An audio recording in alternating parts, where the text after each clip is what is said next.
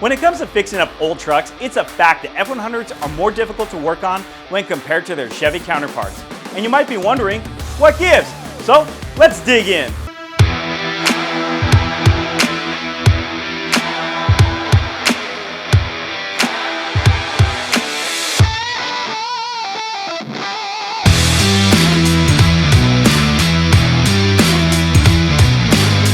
Well, first off, let's take time to recognize that F100s are nothing short of legendary pickup trucks that have left a huge mark on American automotive history.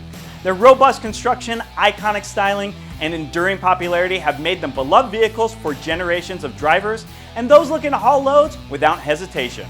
But, like most trucks, they do present a unique set of challenges for those tasked with maintenance, repairs, and customizing.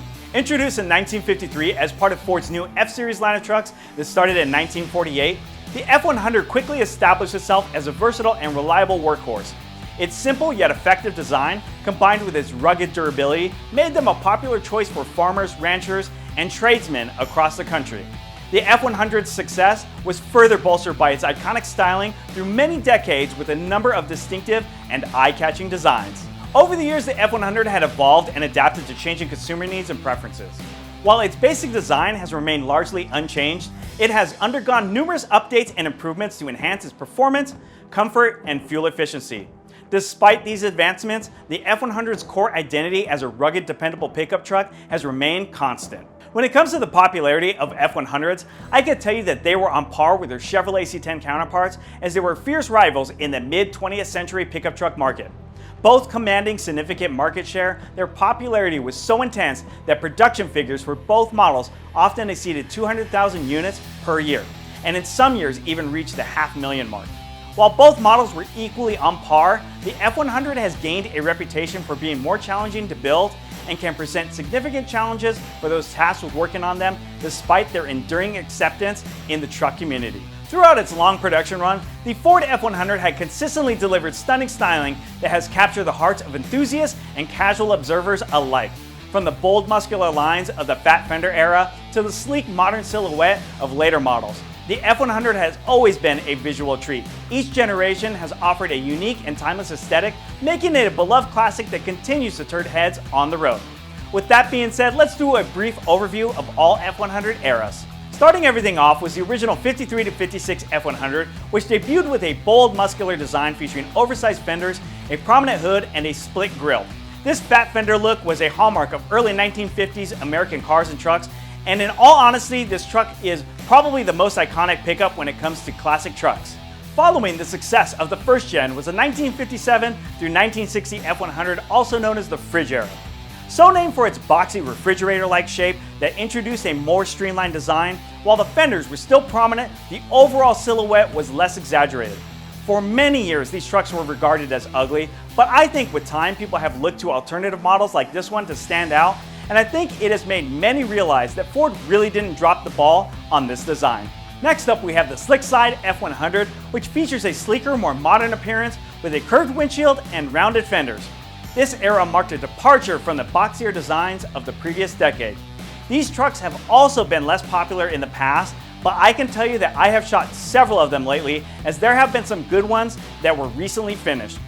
On a side note here, in 61 through 63, they produced a unibody version that is the slickest of the slick sides. Moving on, one of the more popular F100s as of late is the 67 to 72 bump side F100, which was characterized by its distinctive bump that protrudes from the side of the body. This truck rivaled the most revered C10 built during the same time frame. I don't know what was going on at the time, as I wasn't alive then, but they sure did get things right on these trucks. The last generation for the F100 was the 73 to 79 Denside model that introduced a new body style with a more angular appearance. The truck's sides featured a pronounced indentation, giving it a more rugged look and earning the Denside nickname. In 75, the F-150 model was added to the roster and took over in 1980 with the bullnose model. Each of these styling eras reflects the evolving taste of American consumers, and there's something for everyone in the F100 lineup. However, in today's truck culture, there are more Chevy enthusiasts and also more C10 specific events versus F100 events. On the Chevy side, there is Dino's Get Down, which sees multiple thousands of trucks. I will say that it's hard to get an exact number on the show, as it is a free event with no registration. but I believe from my research that there is around 3,000 trucks that make it to the show.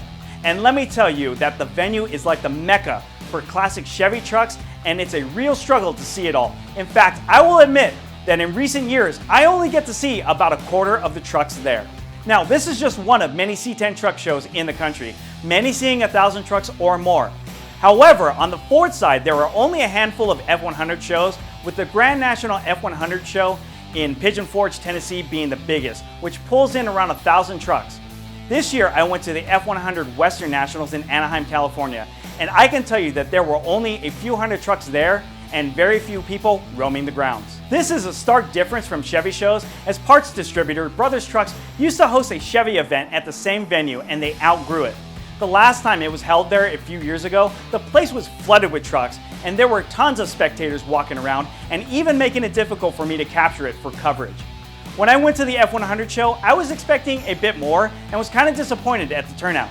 Now, don't get me wrong, I'd love to see more Fords out there and for these events to thrive, as we need more interest in all segments of the truck scene to ensure a healthy future for all of us. But anyways, I think my first-hand experiences validate that F100s are less popular.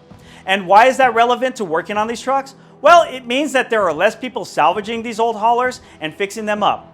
For the most part, companies that sell reproduction parts for old trucks follow the money. If there is a bigger pool of enthusiasts in a certain segment, it's worth more to invest in tooling to make products for them, as there is more demand and people buying them. With that being said about the demand, it means the supply will be more scarce and pricier as production on them is smaller. It's simple economics here. I don't think that repairing these trucks is actually harder when you can find the right parts. It's just harder to acquire them and they are more costly. I think the same goes with engine supply for them too. If we take a look at some of the many popular motors that came in these trucks, I can tell you that there was an array of stout V8 options, including both small and big block versions. These engines were no slouches either and have been popular for rebuilds. But when it comes time to do so or even pick one up, you will find them to be pricier than old Chevy V8s on the market. Again, because there is less demand for them, it's harder to find parts to fix them. It's not that these engines are rare or anything, but there are less quantities of aftermarket parts made for them, and that means prices on them are higher.